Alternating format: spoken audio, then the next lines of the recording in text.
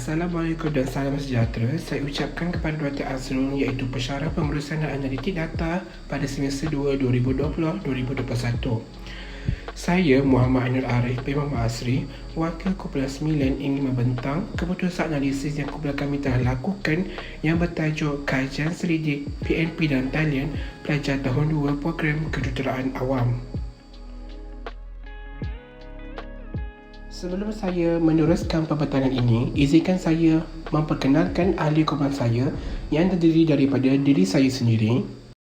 Hai, saya Muhammad Ainul Arif bin Muhammad Asri bernama matriks A174278. Hai, nama saya Nur Atira binti Azhari bernama matrik A176533. Saya Nuranis Izzati binti Zainuddin bernombor matrik A176559.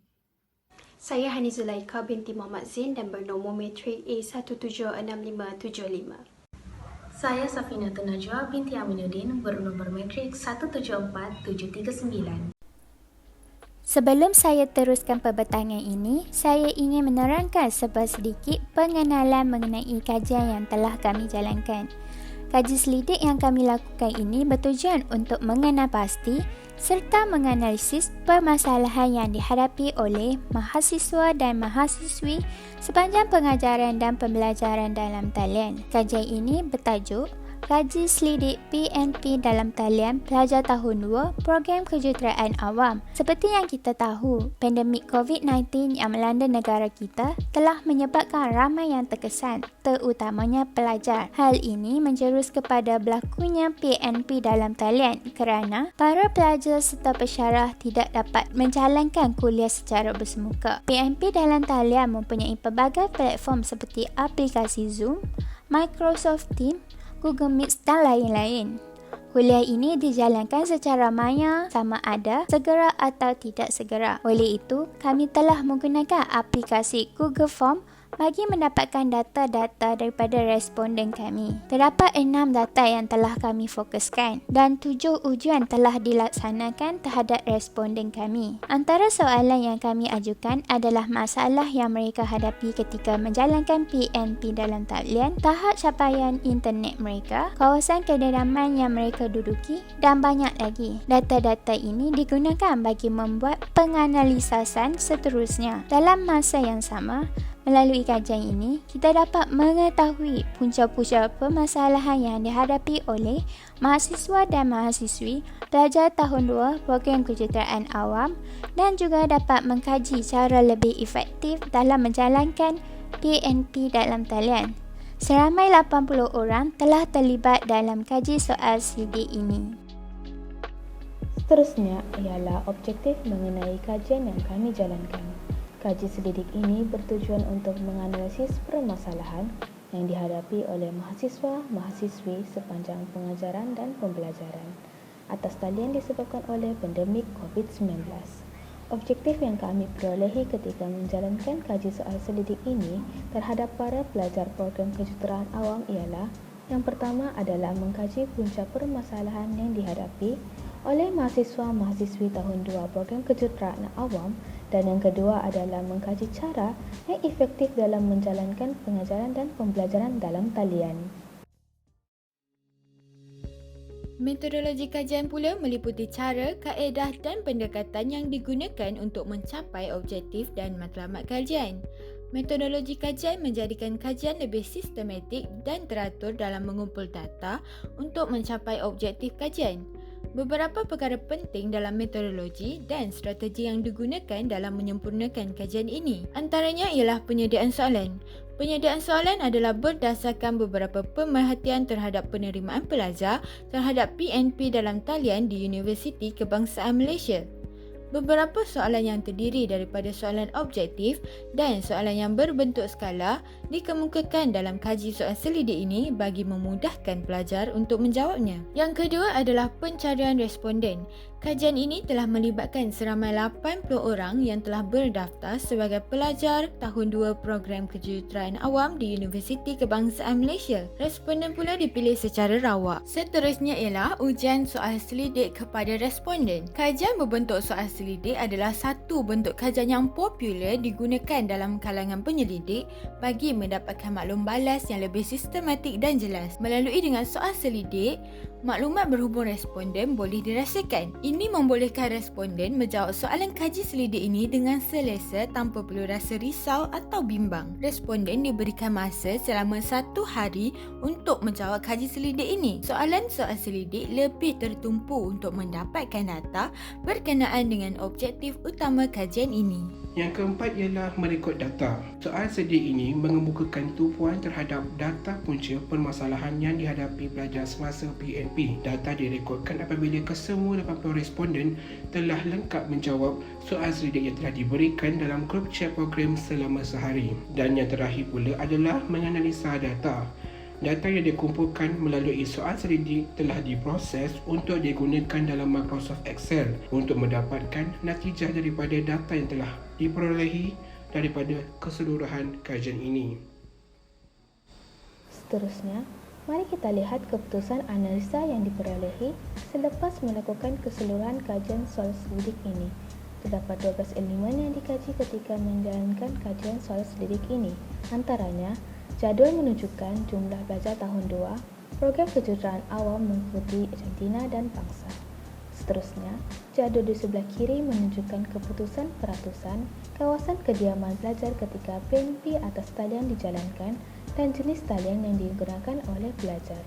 Selain itu, kajian ini juga dapat menunjukkan jenis-jenis aplikasi yang digunakan dan keputusan kaedah pengajaran yang digunakan oleh pensyarah untuk menjalankan PNP dalam talian.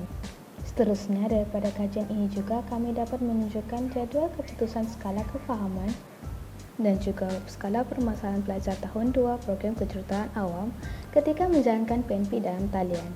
Tambahan pula, kajian ini dapat mengenal pasti juga permasalahan utama lain yang dihadapi oleh pelajar program kejuruteraan awam tahun 2, seperti paparan jadual di sebelah.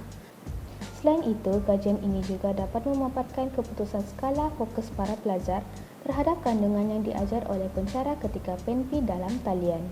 Di samping itu, cartapai di sebelah kanan dan kiri menunjukkan jenis kursus yang paling sesuai untuk pengajaran secara segerak dari pandangan 80 responden ketika menjalani kajian ini, dan skala kekerapan capaian internet pelajar program kejuruteraan awam tahun 2 ketika menjalani PNP dalam talian mengikut kawasan kediaman responden masing-masing. Berbalik kepada objektif kajian yang ingin kami capai, kajian ini juga menunjukkan keputusan peratusan jenis jantina dan peratusan terhadap masalah utama yang dihadapi oleh pelajar ketika menjalani PNP dalam talian secara segerak. Berdasarkan tinjauan yang telah kami lakukan, jadual di sebelah menunjukkan majoriti pelajar tahun 2 JKA lelaki dan perempuan menghadapi masalah disiplin diri ketika pengajaran dalam talian secara segerak. Hal ini berkemungkinan terjadi disebabkan pelajar berasa selesa di rumah masing-masing ataupun pelajar yang menetap di kolej tidak perlu ke fakulti untuk menghadiri kelas. Seterusnya, kita dapat lihat bahawa jenis kediaman pelajar ketika PNP dalam talian telah mempengaruhi capaian internet pelajar tersebut. Dengan paparan jadual ini, keputusan menunjukkan peratusan yang amat rendah bagi pelajar yang menetap di kawasan kampung ataupun kawasan pedalaman di mana sudah tentu capaian internet adalah amat rendah, dan pelajar yang tinggal di kawasan bandar menunjukkan peratusan yang sebaliknya. Kesan daripada masalah ini semestinya akan mengganggu proses pembelajaran pelajar terutama ketika mereka hendak mencari maklumat-maklumat tambahan bagi tujuan pembelajaran mereka. Selain daripada itu, untuk mencapai objektif pertama iaitu mengkaji punca permasalahan yang dihadapi oleh mahasiswa-mahasiswi tahun 2 PKA, sebuah graf bar yang dihasilkan antara kolerasi data skala fokus pelajar dan masalah yang dihadapi semasa PNP dalam talian berlangsung secara segerak dan tidak segerak. Secara puratanya, kita dapat melihat bahawa skala fokus mereka berada di skala 3, iaitu neutral, atau selepas dikaitkan dengan masalah yang dihadapi, mereka dapat membiasakan diri dalam menghadapi pembelajaran di pasca COVID-19, tetapi mereka juga mempunyai masalah lain semasa berada di kediaman masing-masing. Manakala ada juga yang terkesan dengan pandemik ini kerana sifat yang tidak mendisiplinkan diri dan juga suasana pembelajaran yang tidak kondusif. Secara konklusinya, terdapat 6 data yang telah kami fokuskan. Antaranya ialah jenis jantina, masalah utama yang dihadapi oleh mahasiswa dan mahasiswi, jenis kediaman mereka dan skala capaian internet mereka.